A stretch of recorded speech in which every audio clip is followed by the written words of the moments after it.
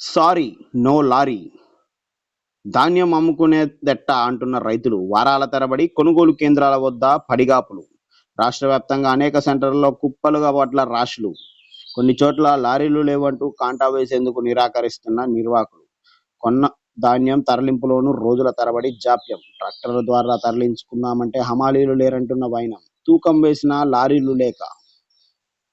ఈ యాసంగిలో దాదాపు 1.30 కోట్ల మెట్రిక్ టన్నుల ధాన్యం దిగుబడి అంచనా. 70.13 ఎల్ఎంటీల ధాన్యం కొనుగోలు కేంద్రాలు రావచ్చని లెక్కలు వేసిన అధికారులు. అన్ని ఏర్పాట్లు చేయాల్సి ఉన్నా తప్పిన ప్రణాళిక. ఇప్పటి వరకు మొత్తం 51.39 ఎల్ఎంటీల ధాన్యం సేకరణ. సుమారు 10 ఎల్ఎంటీల ధాన్యం కొనుగోలు కేంద్రాల్లో నిల్వ ఉన్నట్లు అంచనా. అకాల వర్షాలు, ముందస్తు రుతుపవనాలతో వార్తలతో ఆందోళన రైతులు. 50 లక్షల టన్నుల వడ్లు కొన్నాం. 2023తో పోలిస్తే మూడింతలు ఎక్కువ. మంత్రి ఉత్తమ్. యాసంగిలో 70 లక్షల టన్నుల ధాన్యం కొనాలని లక్ష్యంగా పెట్టుకున్నాం. రైతులకు ఎలాంటి సమస్యలు రానివ్వొద్దు.